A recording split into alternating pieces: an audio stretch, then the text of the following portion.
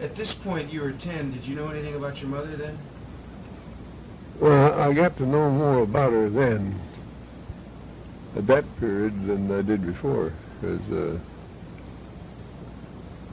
every time I got a chance, I'd go around, you know, and see the sister and the mother, but there was no love or anything between me and my mother. None whatever. I can't recall, because she was always fighting to make a living.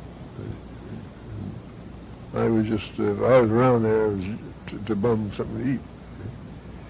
Anyway, I got hanging around this dock. I showed Jane where I got aboard the boat. And finally, the boat was going to leave. She had loaded all her molasses aboard, you know, bunches of molasses down the hole. And I remember this little sailor. He was Irish, little beady blue eyes. I remember him very well. And I hinted to him, I guess, that I wanted to. Anyway, he showed me where to get in the hole. See? So I crawled in the hole, in with all this molasses, and I stayed in there. The boat pulled out about 2 hours after that, see? And I guess I fell asleep.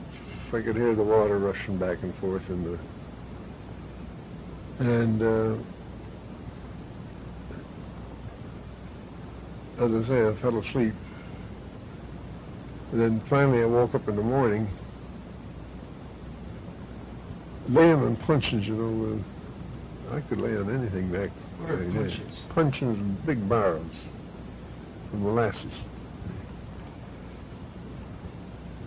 I waited till I figured she was well out of it.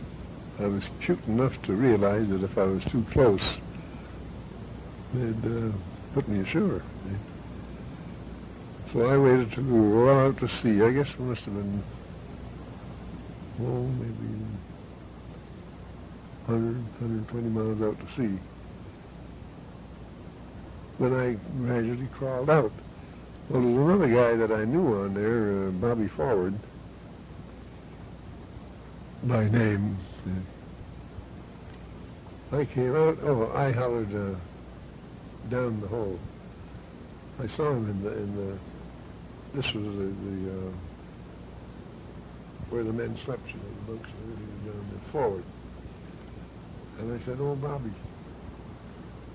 And he heard that voice from the hole. Geez, he dashed out of there. He said, "There's something wrong. I just heard somebody call me down the hole." But that time, when he came back, I crawled out. Filthy, rotten dirt. Everything I had on was full of molasses. Well, that must have been a sight. Anyway, the cook on there, come to find out, I was a Catholic, a good Catholic, and he would have no part of me at all. You know, they told me to go and help the cook, or the cook